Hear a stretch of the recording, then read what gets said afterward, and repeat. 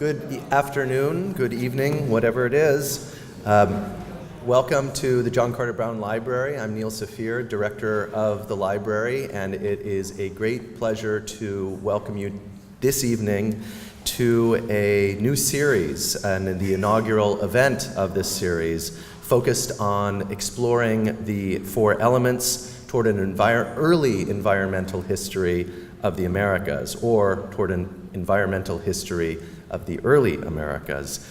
We haven't really figured out which one it's going to be, and frankly, I'm not sure I've figured out what the difference is, but we will get there eventually. I wanted to just spend a couple of minutes telling you briefly about what this new series is going to be. It essentially takes a simple concept, which is the cultural significance of earth, air, fire, and water to the diverse populations of the Americas, from the continent's earliest indigenous inhabitants to the last waves of European scientific explorers at the end of the colonial period.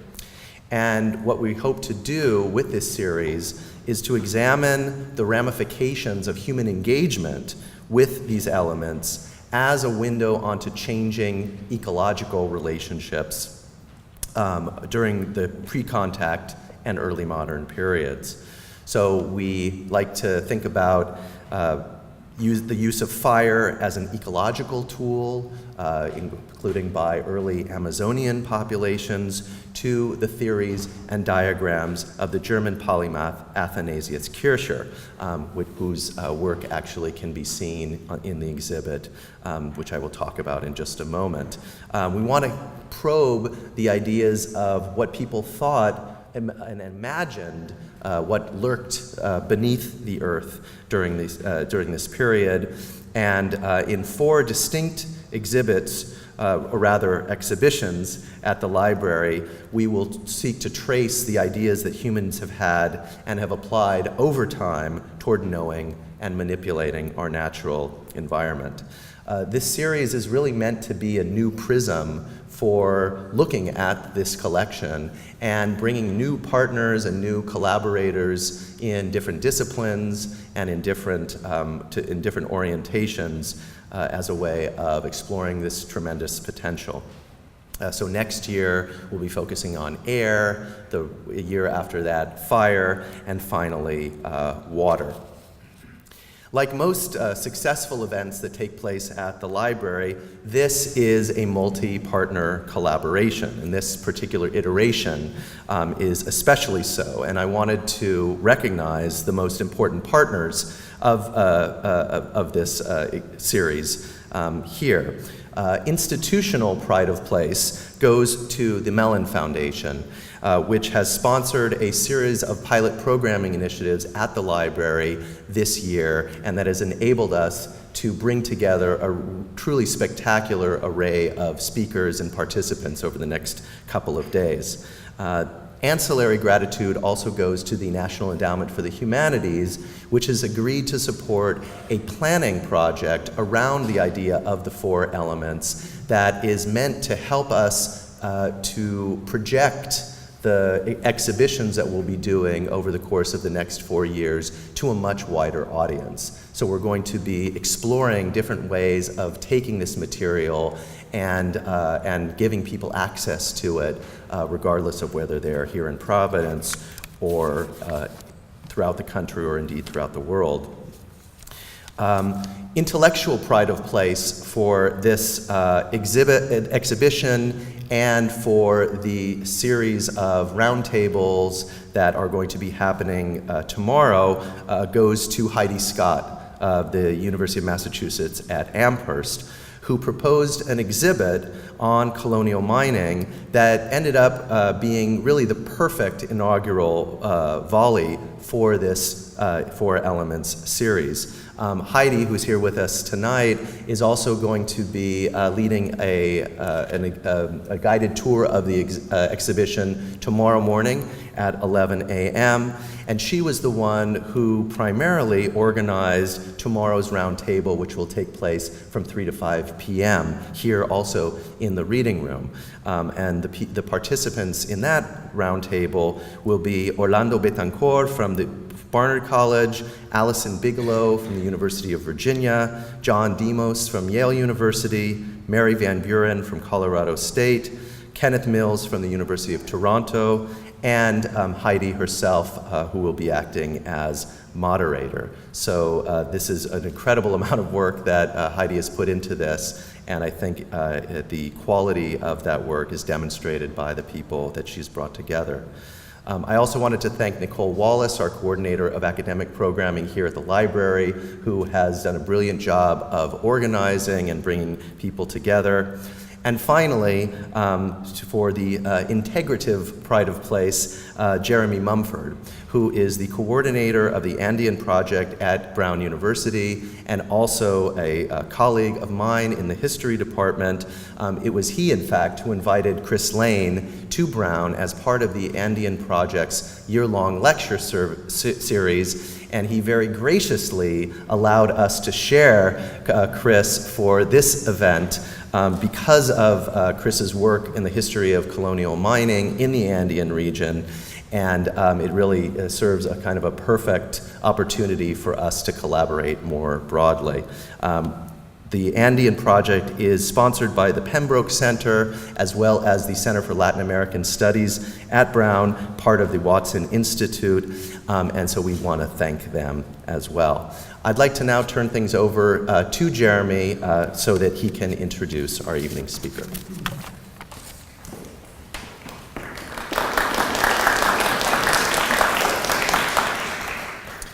It's a real pleasure to introduce Kris Lane, who's the Francis V. Scholes Chair of Colonial Latin American History at Tulane. His research has been startlingly prolific and eclectic. His books include Quito 1599, City and Colony in Transition, Pillaging the Empire, Piracy in the Americas, and The Color of Paradise, the Emerald in the Age of the Gunpowder Revolution, which is, as well as co-authoring a textbook on colonial Latin America and another one on world history. The Color of Paradise, published in 2010, is my favorite. It's about the global trade in emeralds from their mining in South America to the courtly culture of the Ottoman, Persian, and Mughal empires.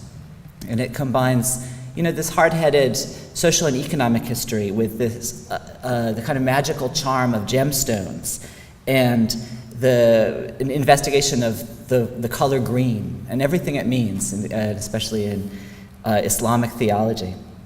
So this kind of eclecticism is, I think, a really good model for how to write world history. The one thing that's particularly cosmopolitan that I don't approve of is color is spelled with O-U, which I think is, in very bad taste. But, I want to turn it over to Kris. Thank you for coming.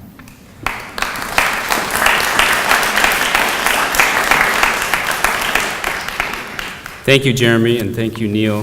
Thank you, Heidi. I didn't choose that spelling. That British spelling was placed there by the editor in London. I couldn't fight it. But I was born in Canada, so I figured that was the compromise. I'm staying at the Hope Club on the corner of Benevolent and Benefit Streets in Providence, so I figure things are going well. I'd also like to thank the staff here at the John Carter Brown Library, which is its own kind of underground.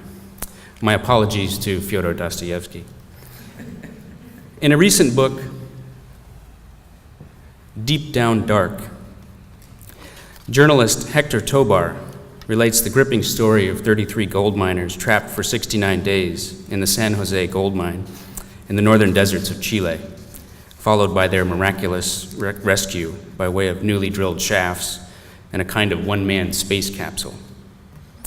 The miners were coached through part of the ordeal by NASA psychologists who prepare astronauts for some trip to Mars someday. The story is recent, but as Tobar tells it, based on interviews with the miners, one is reminded of colonial Potosi, of several hundred years of history inside the Cerro Rico. In the San Jose mine in Chile, just a few years ago, it was not science and technology, but faith that came to dominate the miners' concerns. Although several of the men were evangelical Christians and at least one a Jehovah's Witness rather than Catholics, all seemed to believe that the devil had had a hand in the disaster. For the Catholics, a benevolent Christ and the Virgin Mary were key to their survival and rescue. One is also reminded of a now classic ethnography by June Nash, We Eat the Mines and the Mines Eat Us, based on extensive interviews with Aymara and Quechua-speaking miners in Oruro, Bolivia. This is Oruro, from roughly 45 years ago. Nash's work made its way into Michael Tausig's much better-known book, The Devil and Commodity Fetishism in South America, required reading for a generation of anthropology students. It is worth going back to Nash, for some of what Tausig trimmed away in his more devil-centered critique of global capitalism shows up again in Chile. Jesus, Mary, and the saints fight back against the evil one and often emerge triumphant. But it is hard not to focus on the devil in the mines. El Tío, as he is known in Bolivia, is a striking figure and also a shapeshifter. Here's a passage from Nash. It's a miner from circa 1970 relating a classic Faustian bargain. If you have faith in the mine, it always gives something. One man was drawn back to Potosi, where he worked. He entered the mine with coca, alcohol, and cigarettes, which he offered to the Tío, and he worked without losing the vein. One night, a tall blond man appeared dressed as a miner and said, I am going to help you. Bring me a jug of liquor. He gave the miner some dirt, which he was going to throw away, but thinking better of it, the miner put it in his pocket, where it turned to gold. He thought of his debts, but he went to get the alcohol. The shop owner didn't want to give any of this alcohol to him until he saw gold. Then the miner turned and gave the alcohol to the apparition, who said, I will go ahead. You follow. Don't turn. The miner threw back the ore without looking, and the best ore he found was there. He bought a truck and a house with what he had earned. It was the devil that he worked with, and so his money was all gone in a month. So it always is with the miners. He came back to work in a month, and the devil appeared. My children are sick, the miner lied to the Tío, and I must go back to work. I will give you mineral for the last time, the devil said. But don't look back. The man, with the desire to know him, turned, and he saw the devil with his horn shining. The rock closed in on him, and he remained inside buried. When I set out to study the colonial history of the Cerro Rico and imperial villa of Potosi several years ago, I knew I was in for a long climb, or a steep descent. The great North American historian of Latin America, Louis Henke, never quite got around to publishing much about this place or its people, despite years of work with primary sources. In a sense, they're too daunting.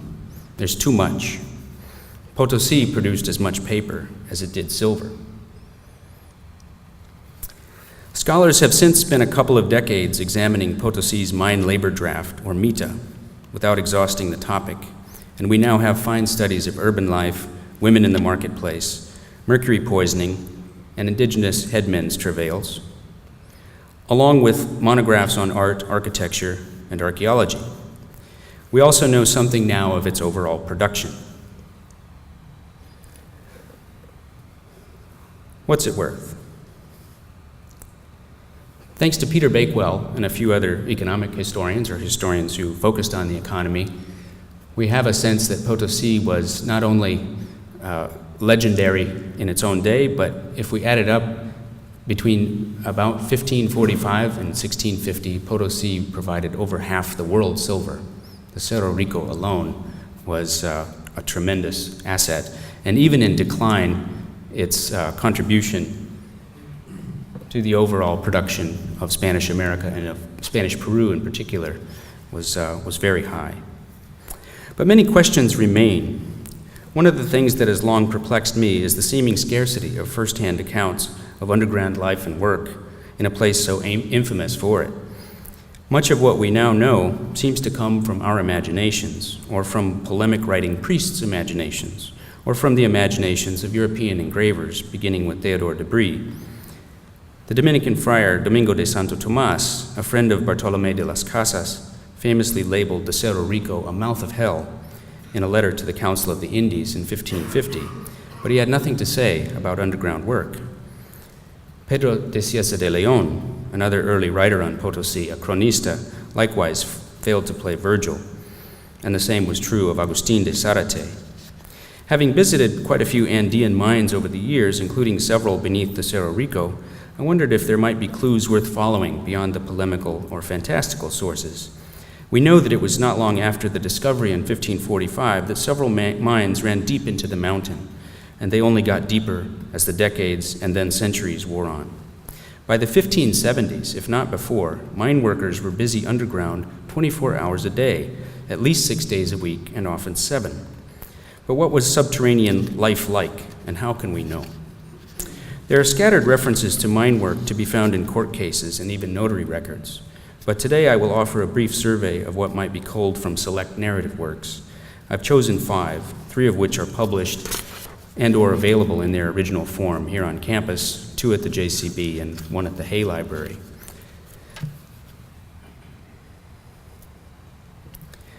Leon Pinelo, I had to put this one up here, is one of the champions of Potosi who, in a frontispiece, gives this sort of showing off that Peru has Potosi, the Cerro Rico, in its hand. But first is José de Acosta's Historia Natural y Moral de las Indias, the natural and moral history of the Indies, first published in 1589. Second, although it's an earlier date, will be a relación or report composed by a mine and refinery owner named Luis Capoche, edited and published by Luis Hanke and Gunnar Mendoza in 1959. Third is a somewhat more dubious but highly entertaining account from 1600 by the roving Hieronymite Diego de Ocaña. We're fortunate to have Ocaña's champion here in the audience, Kenneth Mills, so if you have questions about him, you'll have to ask Ken. Fourth is Arte de los Metales, a book of metallurgy by a Potosi-based priest named Álvaro Alonso Barba, first published in Madrid in 1640. Several copies of this are on display here. Published in many translations. Last is the massive million-word Historia de la Villa Imperial de Potosi, or the History of the Imperial Villa of Potosi by Bartolomé Arsanz de Ursúa y Vela. The first part, the largest part, is here in the Hay Library, and it is quite a fantastic thing. It is also available digitally now. It dates to the first third of the 18th century. That full document was published in a very handsome set by Brown University Press in 1965. Those were the days. We will start with the Jesuit, José de Acosta, whose 1589 natural and moral history contains what is probably the most trusted eyewitness description of the Cerro Rico's mines from the 16th century. Quote, the mine of Potosi,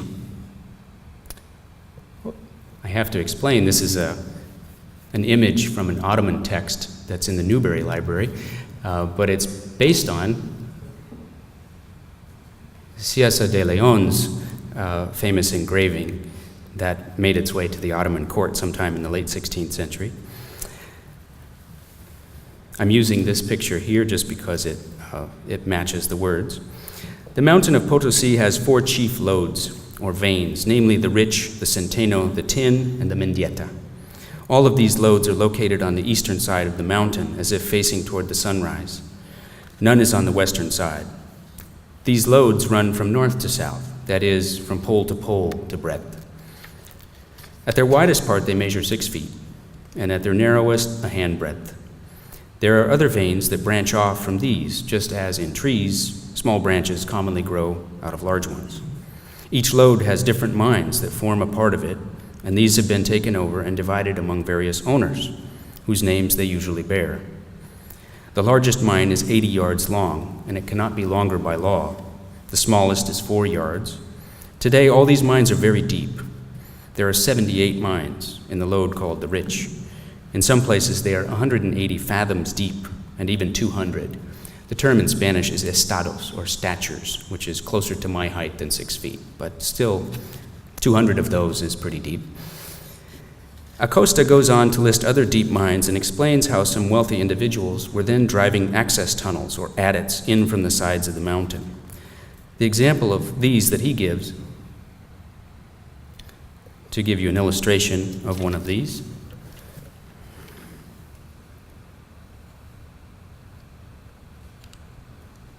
I think I've got there it is.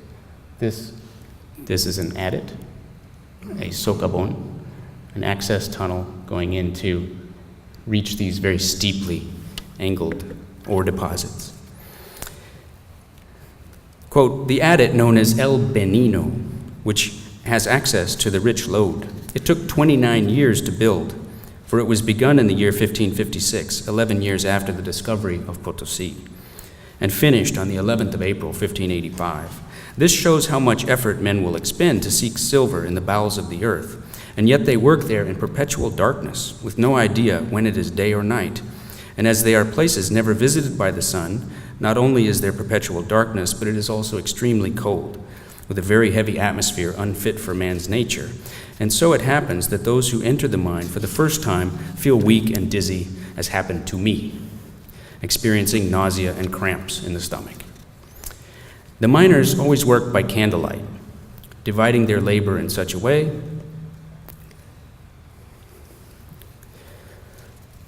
that some work by day and rest at night, and others work at night and rest by day. The ore is usually very hard and is loosened by blows of a mattock, which is like breaking stone.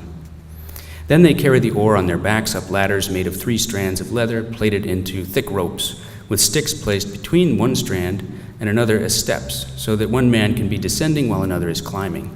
The ladders are 60 feet long, and at the end of each is another ladder of the same length, which starts from a ledge or shelf where there are wooden landings, resembling scaffolding.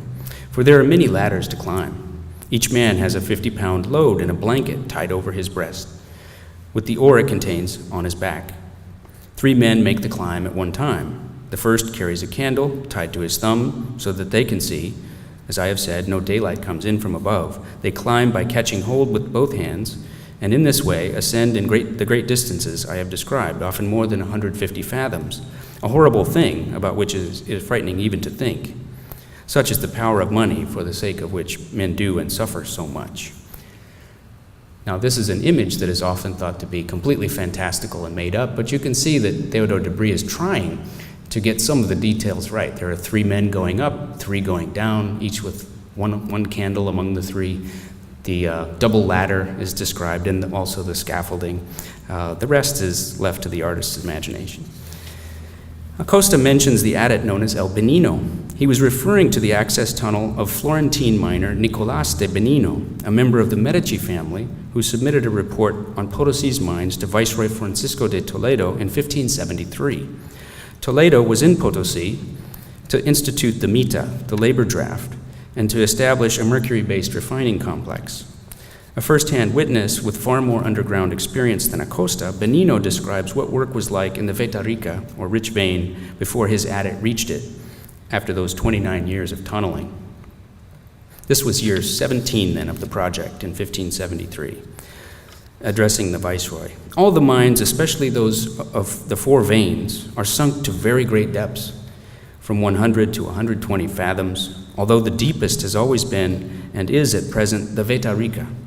And this, most excellent Lord, my own is of the greatest depth, as at present I have workings at more than 140 fathoms, for which reason it is a great effort to carry on with the work, and it is almost impossible for it to carry on.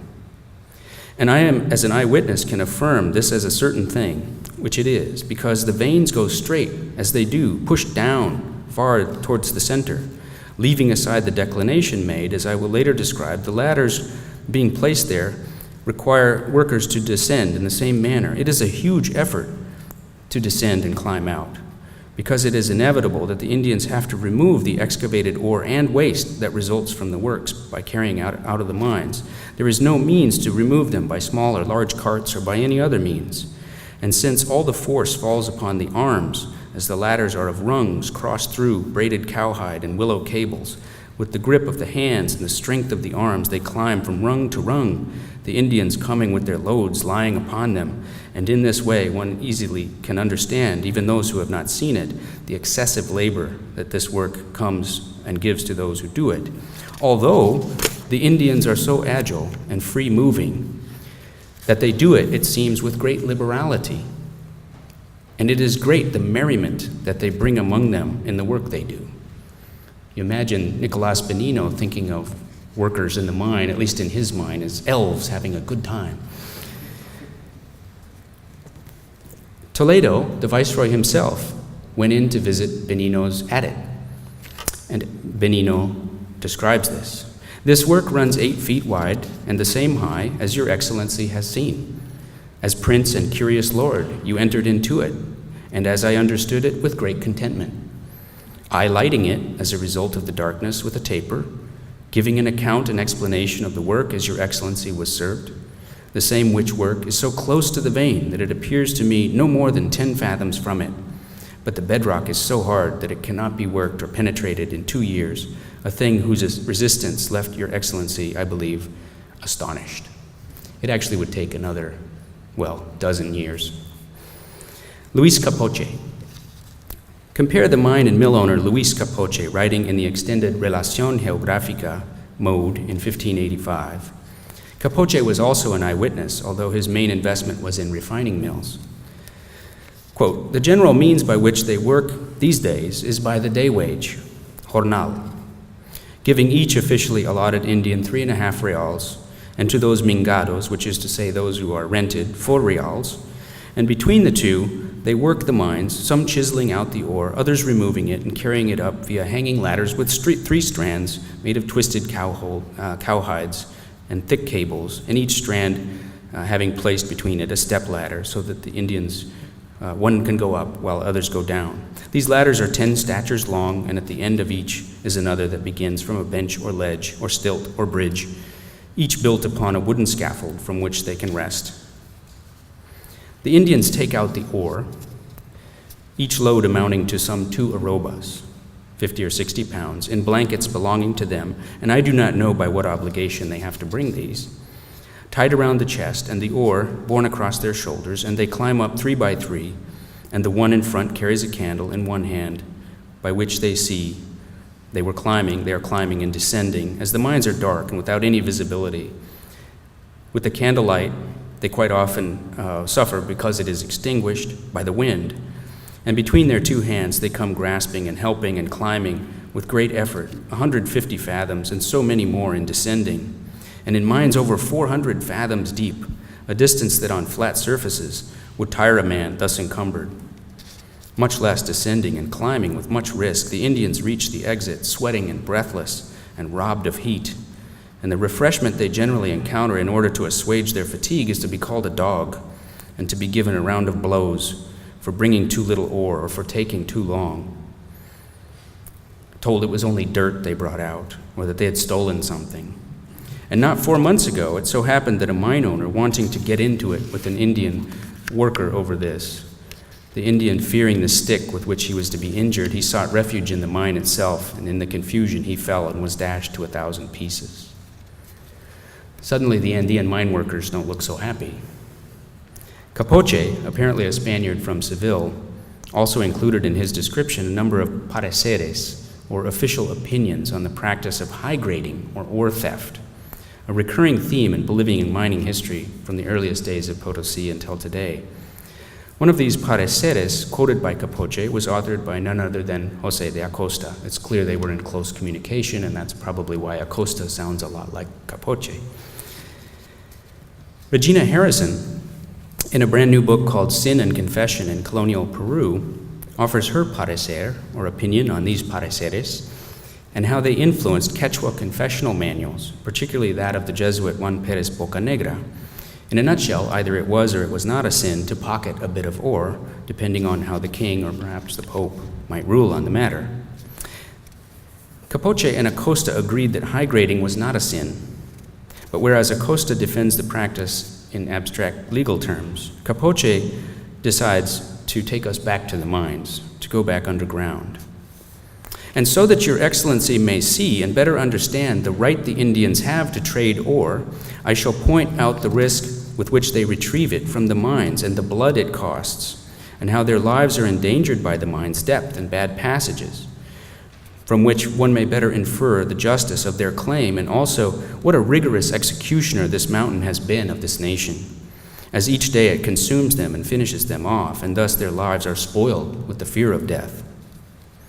Echoes of Las Casas from a mine owner. And of the sad things that have happened to these people, of which memory is fresh, I shall relay several to your excellency, so that you will be able to understand the labors they suffer and how much this ore costs them, such that we might rather say it is blood than ore.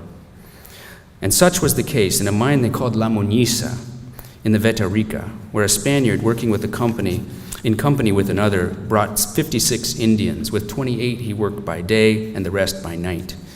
The mine was dangerous, especially in a gallery they had expanded to a large degree, such that when Francisco de Orunio entered to inspect it, he being the royal inspector of the time, knowing the risk the Indians faced, he ordered the work suspended until certain repairs necessary for security were done, even issuing a formal decree to this effect. And the mine owner of the mine alleged in writing that these repairs were not necessary, and that the decree had been animated by passion against him, that the mine was quite secure, appealing and filing certain proceedings. With this, these sad people came to perish, as only 2 days after this time, the mine collapsed, catching all 28 Indians underground, the ones who worked at night. And the next day in the morning, all the judges went up the mountain, accompanied by a large number of Indians and their wives, children, and relatives, who rent the air with their cries and wails. And so much earth and rock fell upon the buried miners that they were unable to pull them out straight away, but rather with the passing of time, as they cleared it away, they located them. The Spaniard was jailed, and after much trial and detention, he was condemned by the Royal Audiencia, the circuit court, to a fine of 8,000 pesos. Part for the chamber and part to be distributed to the widows according to the number of children they had. From this you can see how humble the Indians are, as they have ample reason not to even hear of the mine, much less go into it. But they did not want to let their master down. And thus you may understand how much they need defense and protection. Some time ago it happened that a Portuguese entered with 7 Indians to work a mine, shifting the labor from one part to another, and reaching the deepest part where they sought to start working again. Rocks began to fall away beneath them, and the earth came down from above. And to shelter themselves, 5 of them put themselves into a cave, and the other 2 pressed themselves into another smaller place where they could hide against all that was falling, which was so much that it filled the better part of the mine, leaving them alive in those cavities left by the rubble. Once known in the town, Diego Bravo, magistrate of mines, and also the inspectors, made a great effort to rescue these people, sending many Indians up the mountain to pull apart and remove the earth that had fallen, but it was to no effect, because no sooner did they remove some when more began to fall. And the next day, somewhat late, they pulled out 2 of the Indians who were not enclosed by so much earth. The Indians who went to clear the mine by day and by night did so at no small risk to their lives due to the earth that continued to fall. And as the space in which they had to work could not accommodate many people, those who worked did all they could, but it was to no avail. The Portuguese and the 5 Indians had space to move around, as the cave they were in was rather large. This encouraged those outside, giving them hope that they would surely defeat the earth. And from the cave the Portuguese told them not to abandon them nor tire out, as God would be served to free them from that anguish and tribulation. And they were controlling themselves to resist hunger, although the cold had left them fatigued, and to sustain themselves they had eaten their shoes. And the Indians also spoke, and in this way things passed for 4 or 5 days, with people arriving with refreshments so that they could work with more effort. And once it became clear that it was not possible to remove them, a Jesuit father went down to confess them. And the Portuguese, he's listed as a Spaniard now, bid farewell to them with many sighs on both sides, and the Indians also saying rustic things to pass along to their wives and children, and thus they died without any means of remedy. The one who lived longest was a somewhat Latinized Indian who said the Portuguese was no longer speaking. that he had decided to go to sleep, and the rest of his companions were dead beside him. To my knowledge, this is the most graphic account of a 16th century mine disaster. Diego de Ocaña. The young and seemingly tireless Hieronymite, Diego de Ocaña, visited Potosi around the year 1600 to collect alms for the Virgin of Guadalupe, his patroness back in Extremadura. Ocaña was bowled over by Potosi. Everything about the city, about the mountain, was extravagant. The mines, which he sketched for posterity here, if we can trust him, he went inside and had a look around. Quote, "This is the eighth wonder of the world, and the greatest of all, as all this mountain is of silver. It has on the lower part and circumference all around, measured with a cord, 11,033 yards. There work within this mountain every day 8,000 Indians, all with tallow candles, not counting those who carry out ore, who are another 4,000, such that the Indians who serve in the mines of the mountain, not counting those in the mills, 12,000. They consume in candles, which cost a real for 150,000 pesos in cash silver each year." I took this from the accounts of mine owners out of curiosity. The mountain has, from the part at midday towards the southern part, 4 principal veins. These 4 veins are worked open cast, then into the entrails of the earth, so deep that in one day an Indian makes no more than 2 trips with the ore he can carry out on his shoulders, such that towards midday he goes down, he does 1 trip, and towards nighttime another. And it should be noted that this one does not excavate the ore. There is another down below digging, such that he does not stay below longer than it takes to fill a bag in the form of a pouch, which he carries out tied to his shoulders. And all the rest of the time is spent going down below and climbing up, using ladders of staves of rope, such that if he loses his footing, he will be dashed to pieces. All the rest of the mines outside these 4 are not open cast, but rather as they are painted. These have some mouths through which one enters. He has these boca mina, these mouth openings, and also an adit,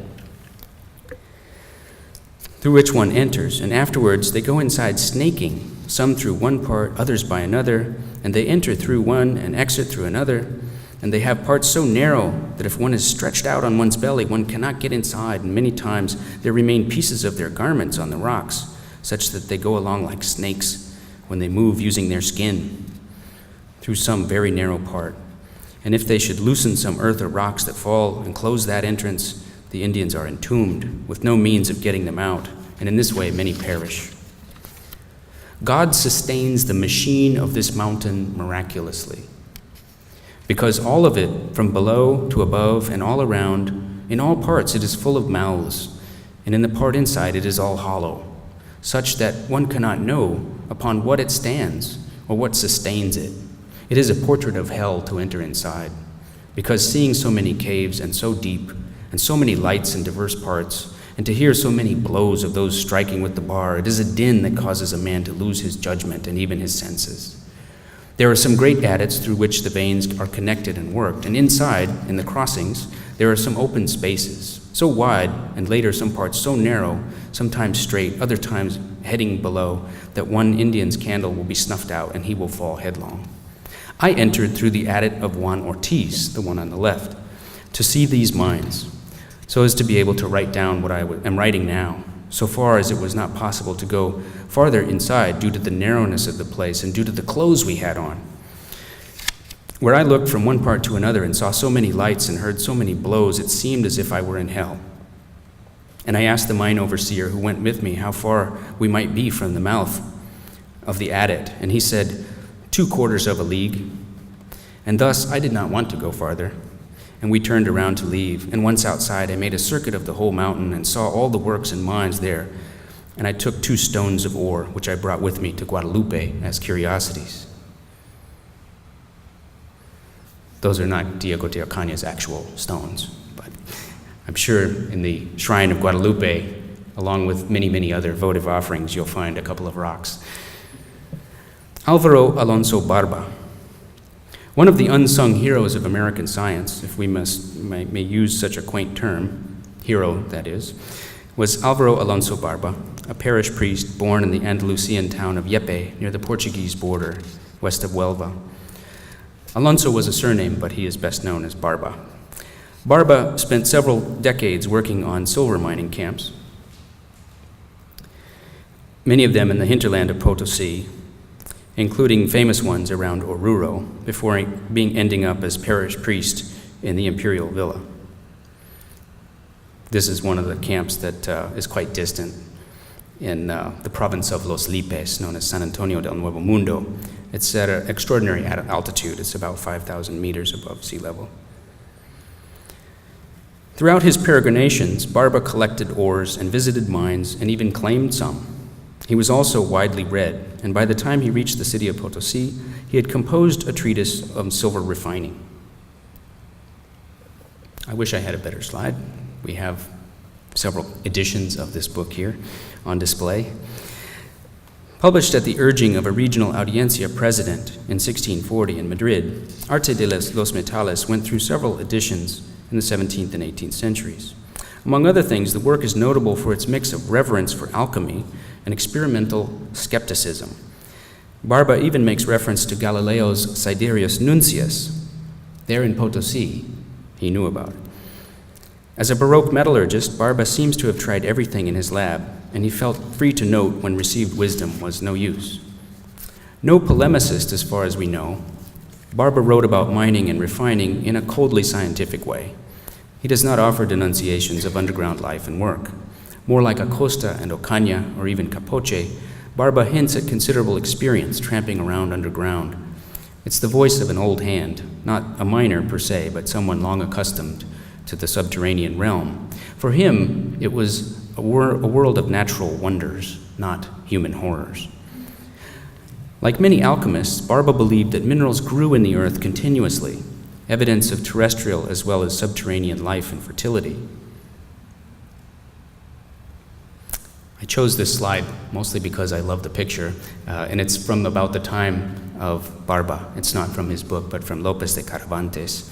And it shows, rather like Ocaña's drawing, only with a bit more detail, numerous mine entrances and also giant birds. Because we're talking about Earth, I thought I would draw selections from Barba's chapter called The Smells of the Earths and Causes for the Differences. His concern here is muds. The sample also brings up an important concern or worry of all those who went underground: poison air. Quote, "The certainty is that there are earths and places which instantly kill by their pestilential odor. And leaving aside ancient and modern examples, I shall cite two cases where I was present. The rich district of San Cristobal de los Lipes, being recently discovered, I departed thither. At that time, in a high and beautiful hill, with which other slopes surrounded the site of the miners' camp, two Galician miners discovered a vein, which at the beginning they called, and ever since it has been known as, the evil smelling, on account of its effects. They commenced to take out very rich ore mixed with white earth. But at a very little depth, they were forced to give over their work by the bad smell, which at the same time caused the death of some Indians among those who were working. The mine was left to itself for more than 4 or 5 years. At the end of this time, I myself being present, another miner essayed to resume the work, being tempted into it by the richness of the ore and the belief that in so much time the evil odor would have dissipated and passed off. But the trial cost him the lives of 2 Indians who died instantly, and the mine has remained abandoned. However, I did not marvel as much at this as at another that I saw, a cut in the same hill some distance away. In this, they were scarcely able to sink a yard before the work was stopped by the evil smell that came from the earth. Passing by that place some days later, I beheld a shallow shaft, many dead birds, and many wild animals, killed by the odor. As to the mining district of Berenguela de Pacajes, famous for having crown-granted Indians for working the mines even before Potosi, the richness of its ores would have made it inferior to none had it not been for the interference of water in the veins at shallow depths. In the hill called Santa Juana, a miner was carrying on working very rich ore with abundant silver. Desiring to open up a new ground, he drilled a hole in one of the walls, hoping to find another vein. This is an ordinary task for those who follow mining. He then placed 2 Indians in that place which seemed best to him. But when the blows broke through the hollow place, there proceeded thence such a pestilential odor that they instantly were killed. Others who were at a distance, having hurried out to advise the master, he in turn entered to ascertain what had happened to succor them. But long before he reached where they were, he was stricken dead, and his body remained crosswise on a ladder by which they descended into the mine. And there his body remained, even up to my time, because no one was so brave to venture there and give it sepulture.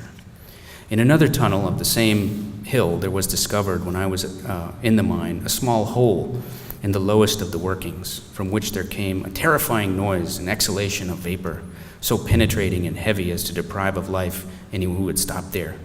It would extinguish a lighted candle when placed near it, a certain sign of the evil I have mentioned, and one which all experienced and careful miners recognize.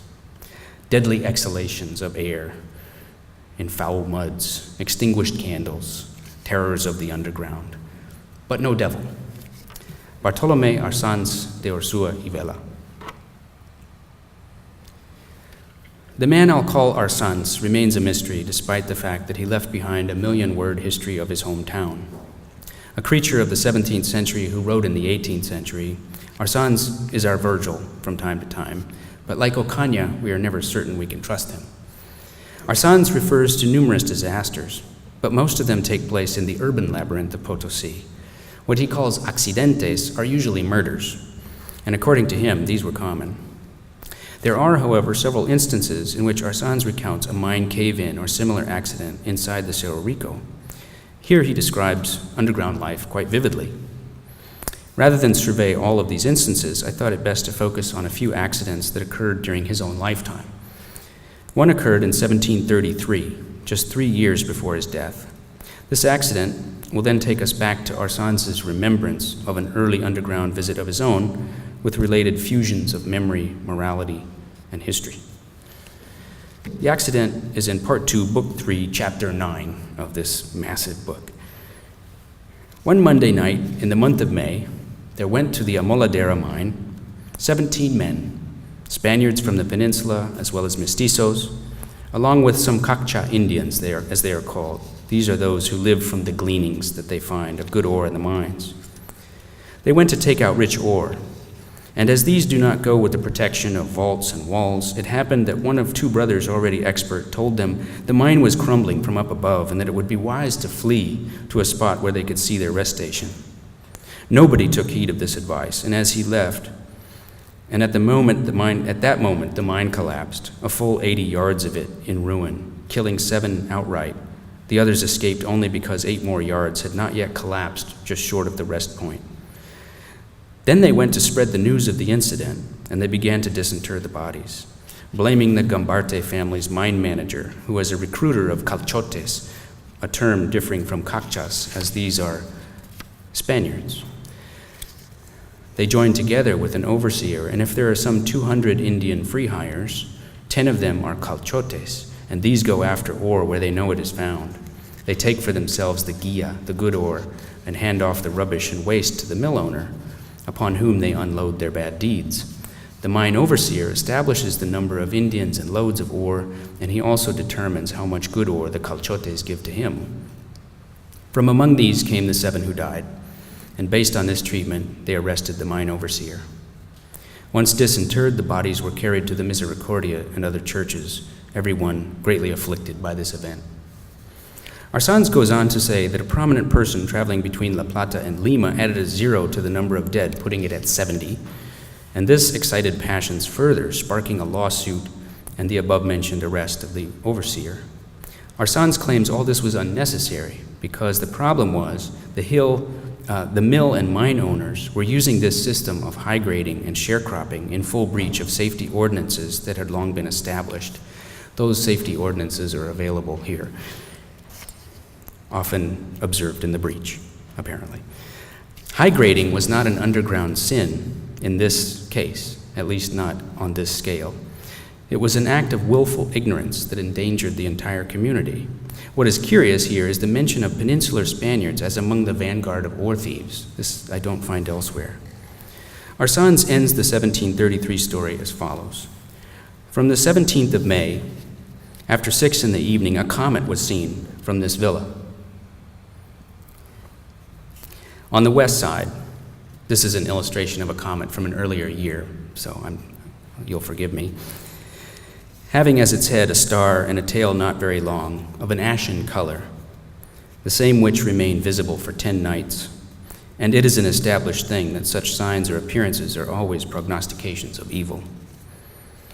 In reporting on the happy completion of a major adit, drained in 1731, Arsans notes having visited the mine that was being drained to see things for himself.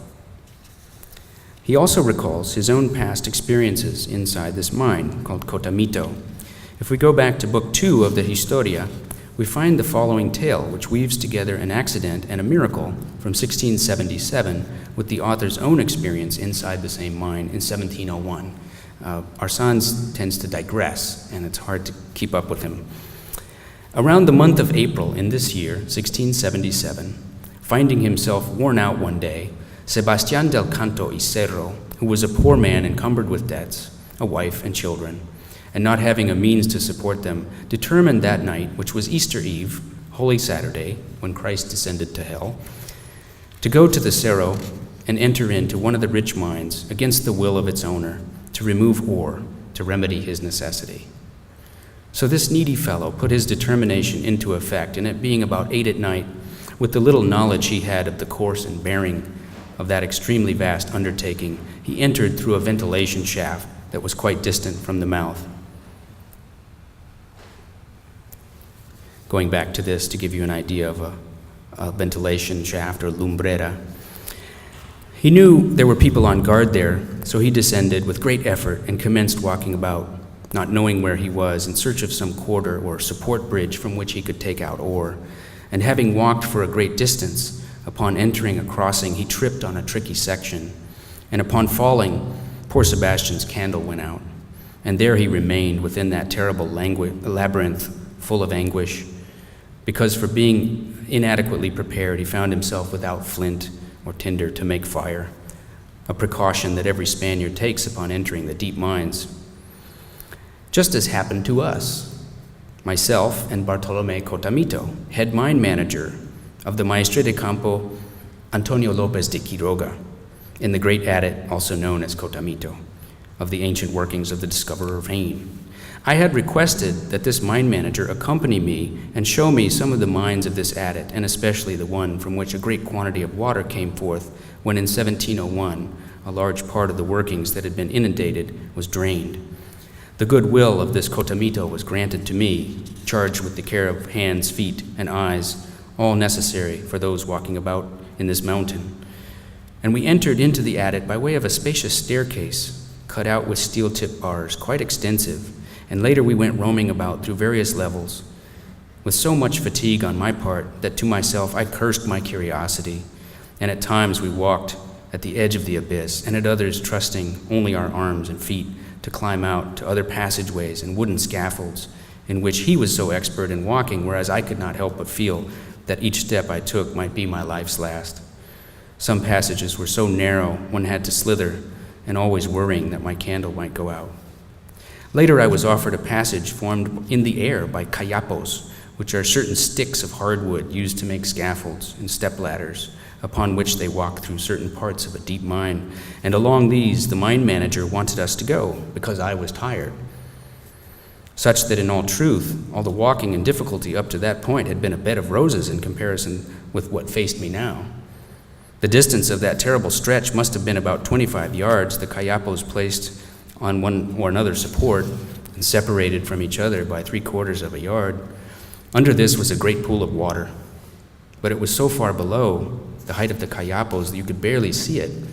I told the mine manager it would be extremely difficult for me to cross over, since I feared falling, and that not only would I lose my life, but there would be no way to recover my body, ever.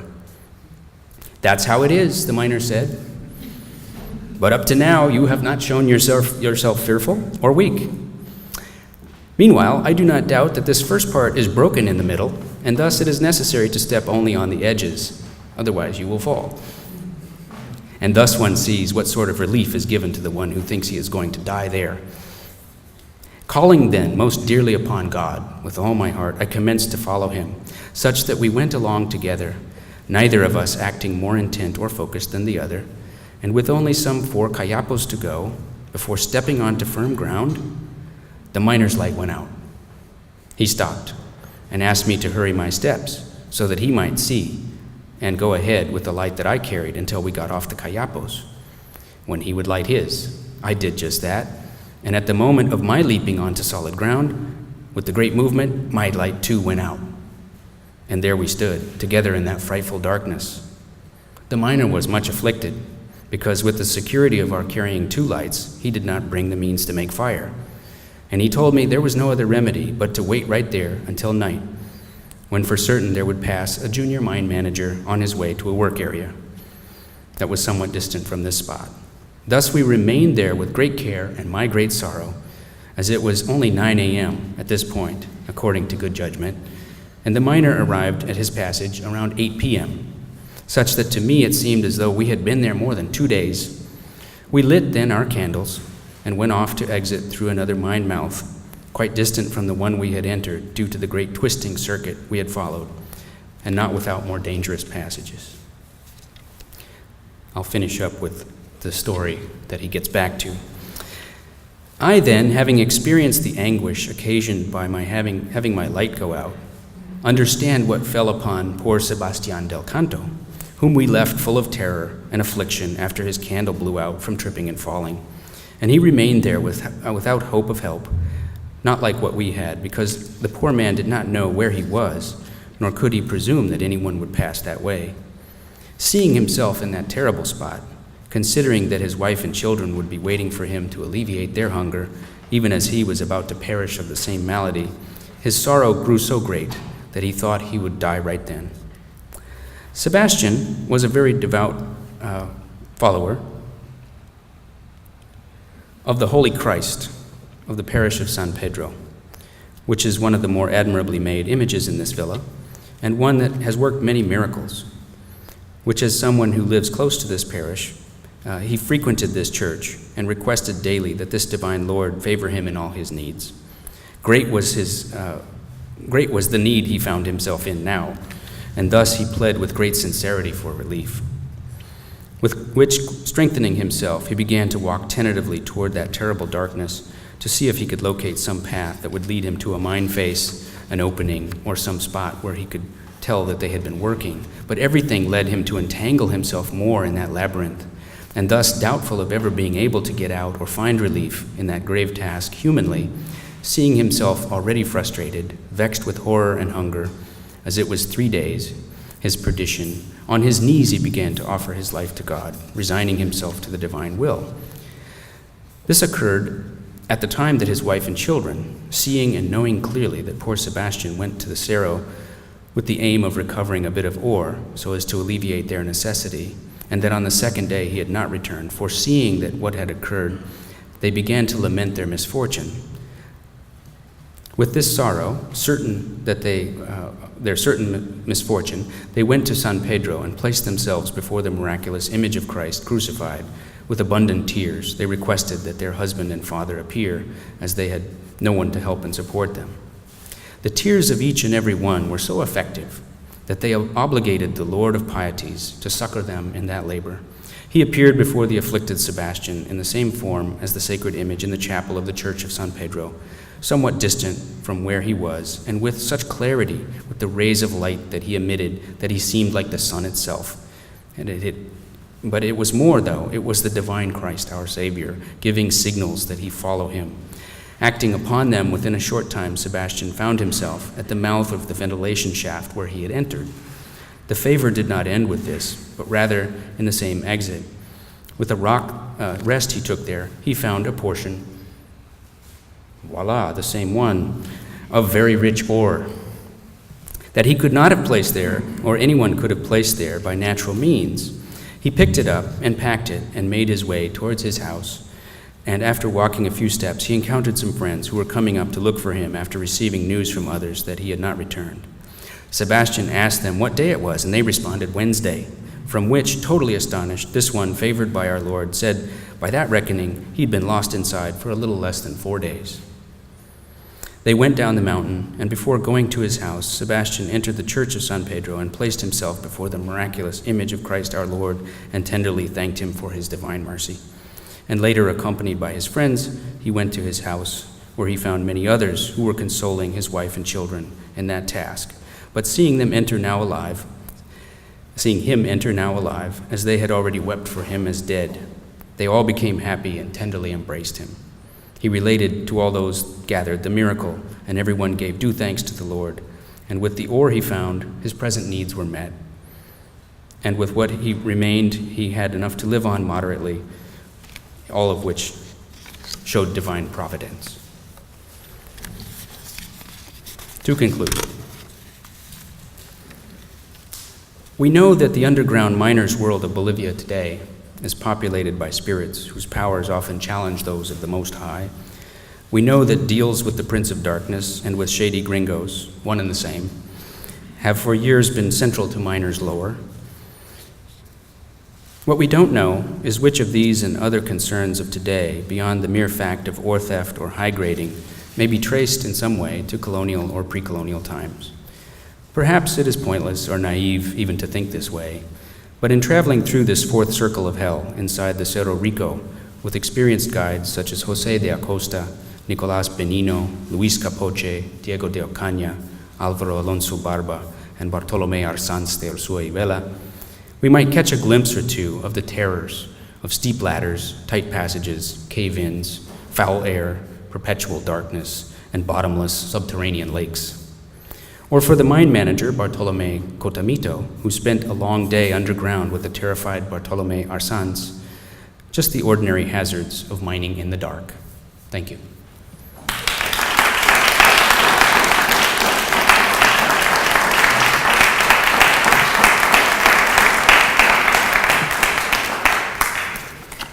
We have plenty of time for questions for Kris, subterranean or not. First, thank you so much for sharing your work with us and beautiful slides. Maybe not that one from sale, but some of the others are really striking. Go to the And you ended on the note of darkness, and that was kind of what my question was. One thing that's always struck me about Bhairava is the shift from book 1 to book 2, where we get the language of smell. Like you can identify tacos by the smell in book 1, whereas in book 2, classification depends entirely on sight. And I wonder if you could talk a little bit about the sense of sense that emerges in some of these texts. How are they representing sense, and what does that mean about science? It's a great question, and I wish I had a good answer. Well, give it back. Yeah, the idea of the senses and how they're related or relayed, described in these different texts. Certainly Acosta gets visceral from time to time. He talks about his own upset stomach and other such things. And in the natural history genre, it's not unusual to find these descriptions of sight, smell, the touch, the feel of different minerals and so forth.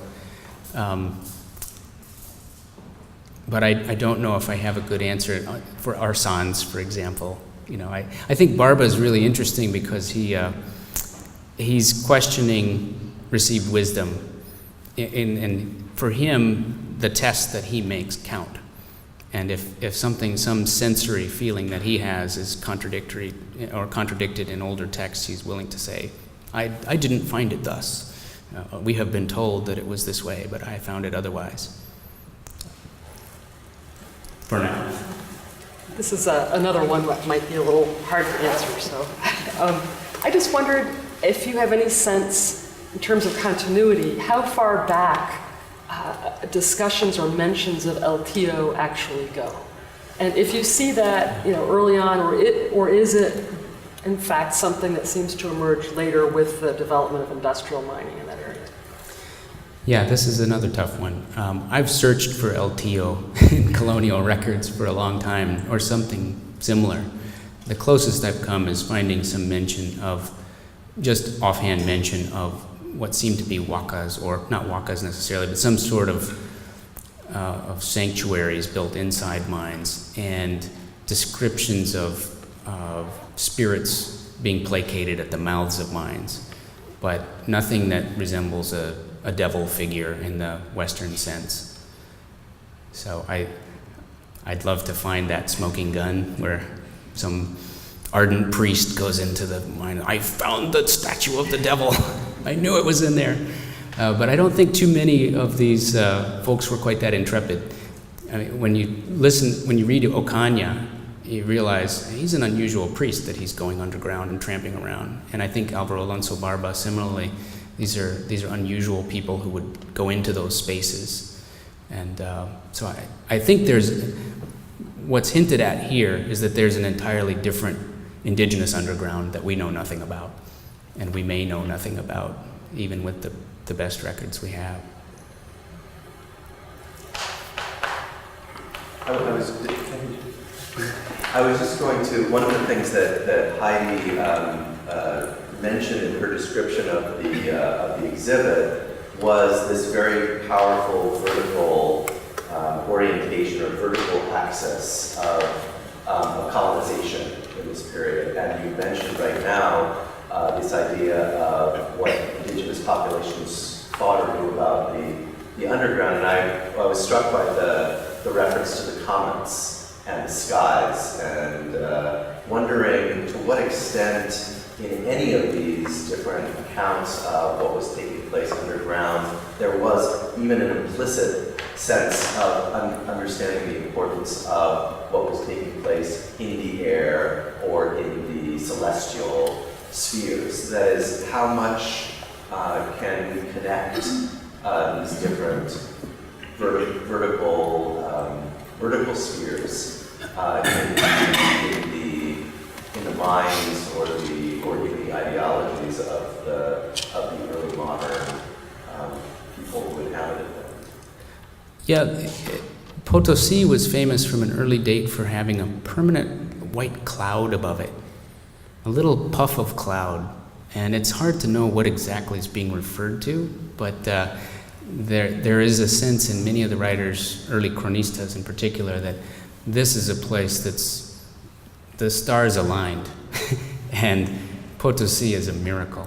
The fact that it was discovered by Spaniards, whether it was actually discovered by an indigenous miner, but that it would be basically given to the Habsburgs as some sort of gift, was believed to be astrologically blessed, I guess you could say. But there's another story about water, although it's not air, it's something similar in the interconnectedness of these things. Arsans, at the beginning of his book, talks about a hot springs just down the hill from Potosi called Tarapaya. And there's a large hot springs lake called the Ojo del Inca, the Inca's Eye. And he says that there was an earthquake in Lima, and this must have been 1710 or so, not the big one from 1746, but so there was an earthquake in Lima, and we heard later on that day that people who were bathing in the hot springs noticed that the water dropped by 7 or 8 feet and then shot back up. And he assumes that these are linked. He said, because he's referring to the tsunami actually, not the earthquake itself, but he said the great rush of water back in Lima occurred at the same day that this event happened just outside Potosi. And he's a Baroque writer, so for him these things are providential. They're not scientific curiosities.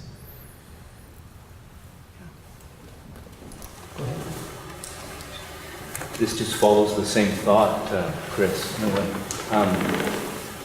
Thinking as not all of your sources, the voices are priests, but they're all very Christian. The harrowing journeys and the meticulous descriptions seem to be redemptive, and there's a lot of sort of almost death. There's this nearness to death that seems to be inseparable with Potosi, even when they're describing meticulously again actual things and practices and adits and various technical matters. And it makes me wonder whether there's a way for an early modern voice to encounter the closeness of Potosi, the close description of Potosi outside of Christianity and Catholic Christianity's images and metaphors. It seems to be it just struck me that no matter which source you grab, there is this providence, there is this death, there is this lack of salvation, this possible providential wealth, but always on the horizon. Observation. Yeah, I think even Barba, who's of these sources probably the most, as I say, coldly scientific. He's a priest, and it's clear that he believes in the regeneration of metals and all sorts of other things that we would probably find strange today. But yeah, I agree with you that these writers are trying to communicate to someone else an experience that is almost undescribable, I think, and so they're falling back on the known. And I think what was surprising to me is Capoce, who doesn't seem to need to write a polemical screed, falls into that very quickly. Feels like he has to denounce abuses and he has to see this as a hellish existence, even though he's fully engaged in it himself as an investor. I guess you have to look for the places where it seems to vary, where someone seems to get away from the script just a little bit. Arsans tends to stay right within it because he loves the morality tale, and I've kind of trimmed away his final endings where he says, and this is what it all means. Yeah, this guy went down into the mines and he had a bad day and he survived, but this shows us blah, blah, blah. And again, the descent into the mine on Easter Eve, it's clear that he's setting that one up. And he recycles that story 20 years later with slight variations. Yeah. I'm so interested in the alchemical idea that the veins in the mountain grew like branches and twigs on a tree. Can you say more about that? Was that something that people saw as happening in real time? Did the ore continue to grow under their feet? Barba doesn't quite describe it that way, but he does say that it's a disputed issue, that not everyone agrees that ore is still being regenerated or being produced, that some mines are dead in the sense that nothing new is happening. But he says, my own experience has been to enter into several mines where I have seen ore that was cast aside earlier as worthless. I've gone back and found it and taken it out and found it to be very rich. And I'm convinced that it had been ripened. It had taken time for it to ripen. And there's this general feeling that all metals ought to ripen into gold if left alone, or in the right circumstances underground. That would be the proper endpoint, or the one that is most desired, and that man in his greed goes in and digs them up before they're ready. That's a usual story. But Acosta and Benino actually have a bit of a discussion about whether the ore should be richer at the surface or near the surface or deeper down. And many people think today, if you ask them, well, the mine, as it goes deeper, you've got to get to better ore, right? It's got to be better as farther down you go. And the opposite is true. And Acosta says, I don't know why this is, but it seems to be borne out by experience. And Nicolas de Benino says the same thing. He says, I can't quite figure out why this is. Is it that the ores near the surface have somehow drawn the essence? He doesn't know. He said, the deeper we go, the bigger the veins, or the veins are good, but the ore is increasingly or decreasingly rich as we go deeper. Yes. As someone who spent a terrifying day many miles underground in the Berenguer mine in Belgium, the miners that I spoke with felt they had a feeling that they were desacralizing Mother Earth. And I wondered if there was anything, and they had all kinds of things that they did to try and allay the fact that they were desacralizing and invading Mother Earth. And I'm wondering if any thing like that shows up in any of these records. In the colonial records, not so much.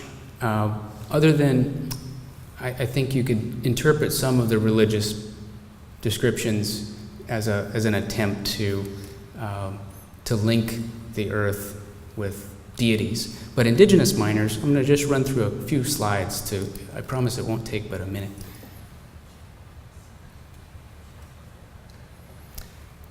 as you climb up the Cerro Rico, this is just leaving town, you go over the first hump called Huayna Potosi, Baby Potosi, and you can see the hill has been deeply scarred and excavated. And as you go up the side, you'll encounter some of those abandoned boca mina, or bocas de mina, mine mouths. And high up on the hill, some adits that have also been abandoned. Most of these have been used in more recent times. They're not all colonial. And finally, you reach the summit and look around. You can see the old reservoirs that were built in the time of Francisco de Toledo. They've been maintained pretty well over the years. And as it happens, the Cerro Rico itself is collapsing. Diego de Ocaña said the machine of this mountain is miraculously sustained, and he's right. The miracle is wearing off. The mountain is collapsing. And as people continue to excavate, the city authorities, they fear losing the symbol of the city, which is the Cerro Rico, and so they're trying to fill it in with concrete. It's not going so well. It keeps going down for some reason. That's the summit there, which has actually also been augmented by a little bit of masonry to try to keep the altitude at its official level. And when you climb up there, one of the surprises is Mother Earth is still alive. You would think this is a totally dead mountain, but here is Yareta moss, which in colonial times was used as fuel for smelting. And there's a fight going on. This is a radio tower near the top. And it's between the cooperative miners who work inside the Cerro and the big companies. And there's a fear that it's the cooperative miners who are undermining and destroying the Cerro. So we'll go underground with them just very briefly, with plenty of coca and lots of rich ore. It's not as rich as it once was.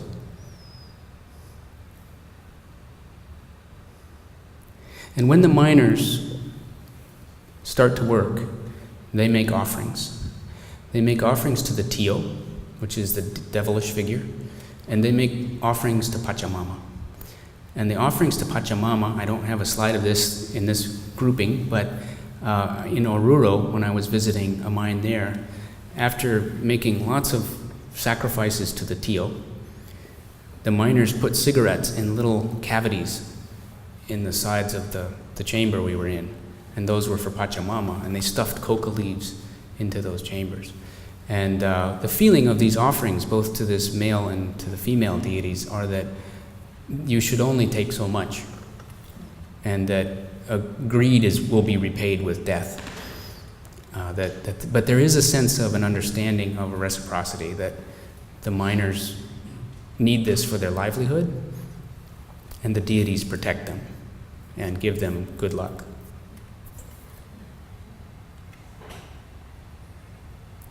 We'll just leave with the Tio there. Okay, well, we definitely would like to encourage you to take a look at the exhibition now. Keep those children quiet, please.